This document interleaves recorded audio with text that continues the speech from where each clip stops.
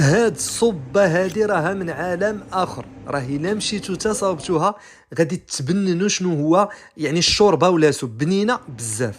هادي في البرد شي حاجه راه واعره واعره واعره. علاش؟ لانها طايبه في الفران، وغتشوفوا معايا هاد الطريقه.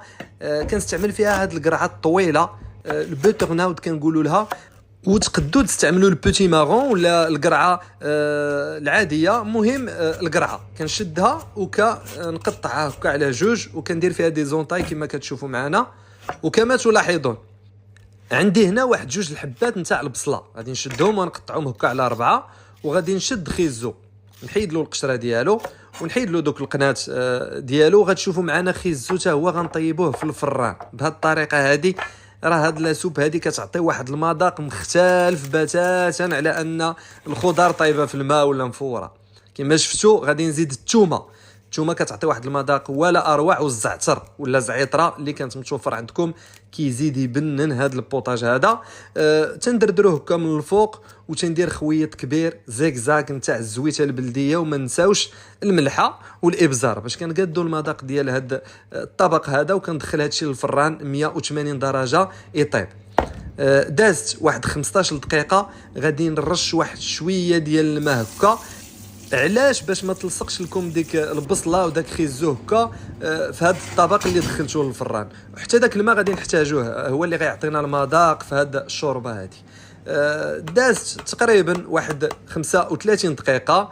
القرعه ديالنا هي طابت وتعسلات. نخليها دابا تبرد واحد شويه جانبا.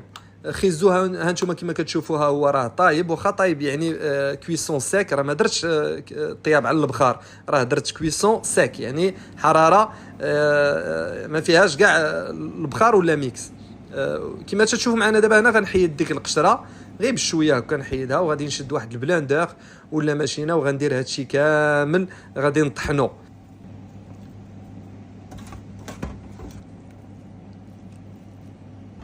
نص كاس صغيور ديال الماء في الطبق اللي دخل الفران باش كان نعاود نريكوبيري كاع داك المذاق كامل ديال الثومه والبصله. وكنزيدوا على هاد القرعه هذه وكنطحن كل شيء. وغتشوفوا معايا البنه ديال هاد الشوربه هذه راها كتجي هكا ثقيله. تقدروا تخففوها كما بغيتوا. زدت واحد شويه د الماء هنا باش نخففها.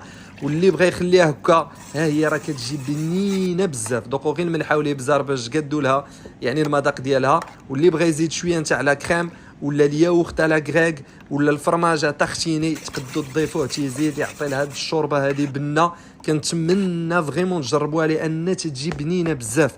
عرفتي فيها واحد المذاق ديال الفران ديال الثومه وديال الزعتر، شوربه مختلفه. كنتمنى تجربوها. كشريه كنعطيوها شي خبز هكا اللي يكون مقرمل ولا ديك خوطون. كنشدو شويه الخبز ونردوه للفران حتى تيتحمر مزيان.